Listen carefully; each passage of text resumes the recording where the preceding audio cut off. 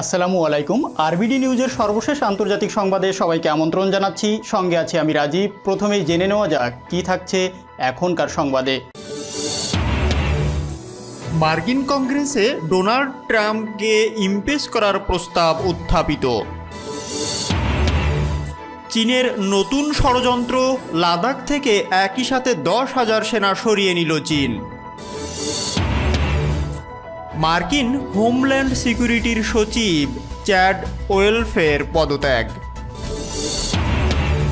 ইরানের অর্থ ছাড়ার ক্ষেত্রে দক্ষিণ কোরিয়ার রাজনৈতিক সদিচ্ছার অভাব রয়েছে। ভারতের 10 রাজ্যে বার্ড ফ্লু, উদ্বিগ্ন নরেন্দ্র মোদী। এবং সর্বশেষ থাকছে মার্কিন নিষেধাজ্ঞা প্রতিরোধে চীনের নতুন আইন। এতক্ষণ প্রধান অংশগুলো শুনলেন, এখন বিস্তারিত। তবে তার আগে রিকোয়েস্ট থাকবে ভিডিওটিতে একটি লাইক দিয়ে সাথেই থাকুন। মার্কিন কংগ্রেসে প্রেসিডেন্ট ট্রাম্পকে ইমপিচ করার প্রস্তাব উত্থাপিত। মার্কিন কংগ্রেসের নিম্নকক্ষ প্রতিনিধি পরিষদের ডেমোক্রেট সদস্যরা প্রেসিডেন্ট ডোনাল্ড ট্রাম্পকে ইমপিচ করার প্রস্তাব উত্থাপন করেছেন। ট্রাম্পের ক্ষমতার মাত্র 9 দিন বাকি থাকতে আমেরিকার স্থানীয় সময় সোমবার সকালে প্রস্তাবটি প্রতিনিধি পরিষদে উত্থাপন করা হয়। প্রস্তাবে ট্রাম্পের বিরুদ্ধে উন্মত্ত জনতাকে অভ্যুত্থানের প্ররোচনা দেওয়ার অভিযোগ আনা হয়েছে। যদি ইমপিচমেন্টের এই প্রক্রিয়া স্বাভাবিক গতিতে এগিয়ে যায় তাহলে ট্রাম্প হবেন যুক্তরাষ্ট্রের ইতিহাসে 2 বার ইমপিচ হওয়া একমাত্র প্রেসিডেন্ট। যুক্তরাষ্ট্রের গণতন্ত্রের প্রতীক বলে পরিচিত ক্যাপিটল ভবনের ভিতরে গত সপ্তাহে ডোনাল্ড ট্রাম্পের দাঙ্গাবাজ সমর্থকেরা ভয়াবহ হামলা চালালে পর ট্রাম্পকে ইমপিচ করার জোরালো দাবি ওঠে। প্রতিনিধি পরিষদ ইমপিচমেন্টের বিল পাশ হওয়ার পর এটিকে কংগ্রেসের উচ্চকক্ষ সিনেটে পাঠাতে হবে। প্রেসিডেন্ট ট্রাম্পকে অপসারণ করতে হলে সিনেটে 2/3 ভোট দরকার হবে, কিন্তু সিনেটে এই মুহূর্তে রিপাবলিকানরা সংখ্যাগরিষ্ঠ বলে সেখানে 2/3 ভোট পাওয়া যাবে কিনা তা নিয়ে সংশয় রয়েছে। যদিও রিপাবলিকানদেরও অনেকেই ক্যাপিটল ভবনের ঘটনায় ট্রাম্পের বিরুদ্ধে তার সমর্থকদের উস্কে দেওয়ার অভিযোগ করছেন। এর আগে 2019 সালের ডিসেম্বরেও ডেমোক্রেট নিয়ন্ত্রিত প্রতিনিধি পরিষদে ট্রাম্পকে ইমপিচ করা হয়েছিল। সে সময় প্রেসিডেন্ট পদপ্রার্থী জো বাইডেনের ভাবমর্যাদা ক্ষুণ্ণ করতে ইউক্রেনীয় প্রেসিডেন্টের ওপর চাপ সৃষ্টি করার অভিযোগ ছিল ডোনাল্ড ট্রাম্পের বিরুদ্ধে। কিন্তু ওই প্রতিনিধি পরিষদ ইমপিচ করলেও রিপাবলিকান নিয়ন্ত্রিত সিনেটে সেই যাত্রায় রক্ষা পান ডোনাল্ড ট্রাম্প। আবারও নতুন ষড়যন্ত্রে চীন, লাদাখ থেকে একসাথেই 10,000 সেনা সরিয়ে নিল চীন। গত 9 মাস ধরে পূর্ব লাদাখে সম্মুখ সমরে ভারত ও চীন। বারবার কথাতেও তেমন কোনো কাজ হয়নি। এবার অবশ্য নিজ থেকেই 10,000 সেনা সরিয়ে নিল চীন। আর এ থেকে নতুন কোনো আক্রমণের ছক কষছে কিনা চীন, সেটা নিয়েই এখন উদ্বেগের বিষয়। জানা গেছে ডেপথ এরিয়ায় মোতায়েন থাকা 10,000 সেনা সদস্যকে পিছিয়ে দেওয়া হয়েছে। তবে একেবারে প্রকৃত নিয়ন্ত্রণ রেখা বরাবর যে সেনারা নিযুক্ত আছে সেই সংখ্যায় কোনো রদবদল হয়নি।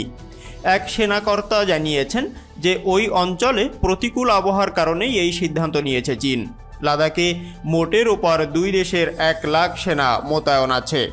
অবসরপ্রাপ্ত লেফটেন্যান্ট জেনারেল ডিএস হুদার মতে এই শীতে কোনো সামরিক অপারেশনে হওয়া সম্ভব নয়, সে কারণেই সেনা কমিয়েছে চীন।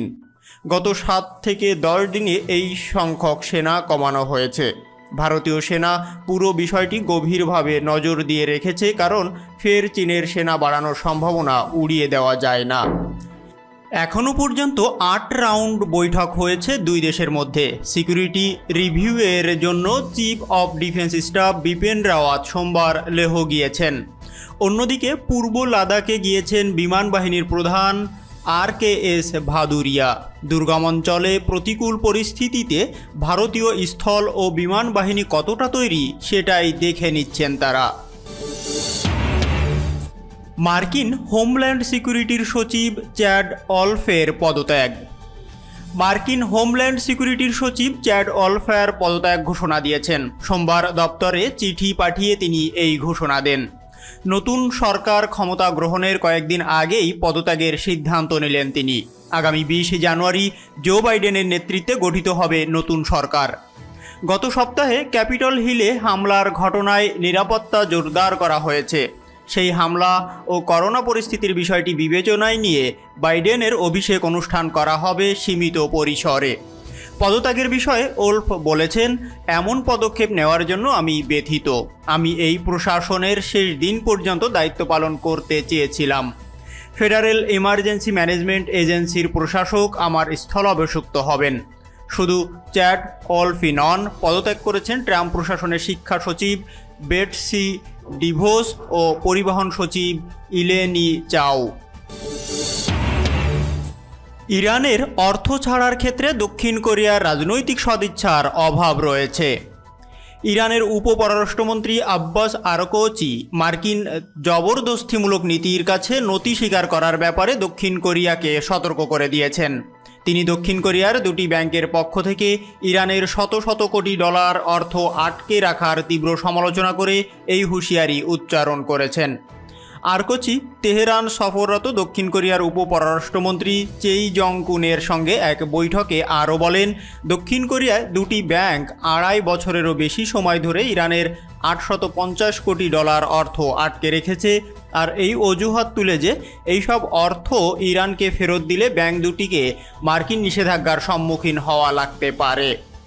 আরাকচি বলেন, আমেরিকার জবরদস্তিমূলক নীতির কাছে নতি স্বীকার করা ছাড়া বিষয়টিকে অন্য কোনো নাম দেওয়া যায় না এবং এই বিষয়টি ইরানের কাছে অগ্রহণযোগ্য। ইরানের উপপররাষ্ট্রমন্ত্রী বলেন, আটক অর্থ ছেড়ে দেওয়া ছাড়া তেহরানের ও সিউলের মধ্যকার সম্পর্ক উন্নয়ন ঘটানো সম্ভব নয়। তিনি স্পষ্ট করে বলেন, বিষয়টি নিয়ে এখনও পর্যন্ত দক্ষিণ কোরিয়ার সঙ্গে ইরানের বেশ কয়েক দফা বৈঠক ব্যর্থ হয়েছে। আরাকচি বলেন, এজন্য যতটা না মার্কিন নিষেধাজ্ঞা দায়ী, তার চেয়ে বেশি দায়ী দক্ষিণ কোরিয়া সরকারের রাজনৈতিক সদিচ্ছার অভাব। দক্ষিণ কোরিয়া সম্প্রতি ইরানে আটক সেদেশের তেল ট্যাঙ্কার ছেড়ে দেওয়ার যে আবেদন জানিয়েছেন তার জবাবে আরাকচি বলেন, পারস্য উপসাগরের পানি দূষিত করার অভিযোগে ওই ট্যাঙ্কার আটক করা হয়েছে এবং বিষয়টি ইরানের বিচার বিভাগের বিবেচনায় রয়েছে। তিনি তেল ট্যাঙ্কার আটকের ঘটনার রাজনৈতিক রং না লাগানোর জন্য সিউলের প্রতি আহ্বান জানান।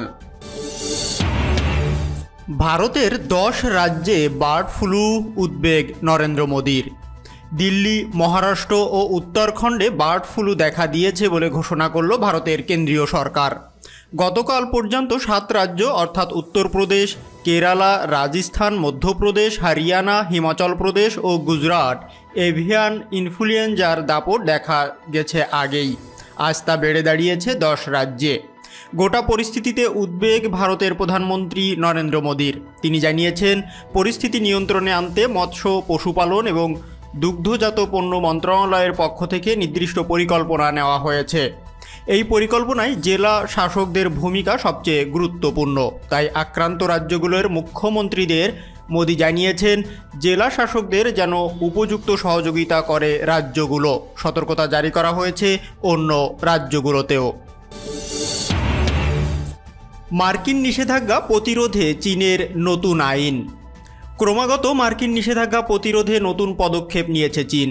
অন্যায় বিদেশি আইনের খড়গ থেকে নিজেদের কোম্পানিকে সুরক্ষা দিতেই আইন প্রণয়ন করেছে বিশ্বের দ্বিতীয় অর্থনীতির দেশটি।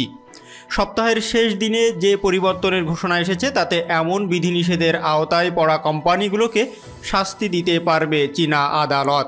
খবর বিবিসির। চীনা কোম্পানিগুলোকে একের পর এক নিষেধাজ্ঞার নিশানা বানিয়ে আসছে মার্কিন প্রেসিডেন্ট ডোনাল্ড ট্রাম্প। তিনি মনে করেন এইসব কোম্পানি মার্কিন নিষেধাজ্ঞার জন্য হুমকি। কালো তালিকাভুক্ত কোম্পানিগুলোর যন্ত্রাংশ সরবরাহকারীদের সাজা দিতে তিনি পদক্ষেপ নিয়েছেন। শনিবার চীনের বাণিজ্য মন্ত্রণালয় বলছে, বিদেশের অন্যায্য ও অন্যায় হস্তক্ষেপমূলক আইনের জবাব দিতে এই নতুন আইন। সম্প্রতি ট্রাম্পের নিষেধাজ্ঞায় খড়ায় পড়েছে নিউ ইয়র্ক স্টক এক্সচেঞ্জে তালিকাভুক্ত চীনের 3টি বৃহৎ টেলিকম ফার্ম। চীনের সেনাবাহিনীর সঙ্গে ঘনিষ্ঠতা আছে অভিযোগ তুলে গত নভেম্বরে ট্রাম্পের নির্বাহী আদেশে চীন মোবাইল, চীন টেলিকম ও চীন উইনিকম হংকং নামের 3টি কোম্পানির উপর নিষেধাজ্ঞা জারি করেছে। বিবিসি জানায় সোমবার থেকে এই নিষেধাজ্ঞা কার্যকর হবে। ফলে সোমবার থেকে নিউ ইয়র্ক স্টক এক্সচেঞ্জে ওই 3 কোম্পানির শেয়ার তালিকাচ্যুত হয়ে যাবে। এছাড়া ট্রাম্প গত মাসে 8টি চাইনিজ অ্যাপ নিষিদ্ধ করেন, যেগুলোর মধ্যে জনপ্রিয় পেমেন্ট প্ল্যাটফর্ম আলিপে এবং উইচ্যাট পে রয়েছে। ভিডিওটি যদি ভালো লাগে অবশ্যই লাইক করবেন এবং কমেন্টস করে জানিয়ে দিবেন এই সকল বিষয়ের উপর আপনার মূল্যবান মতামত।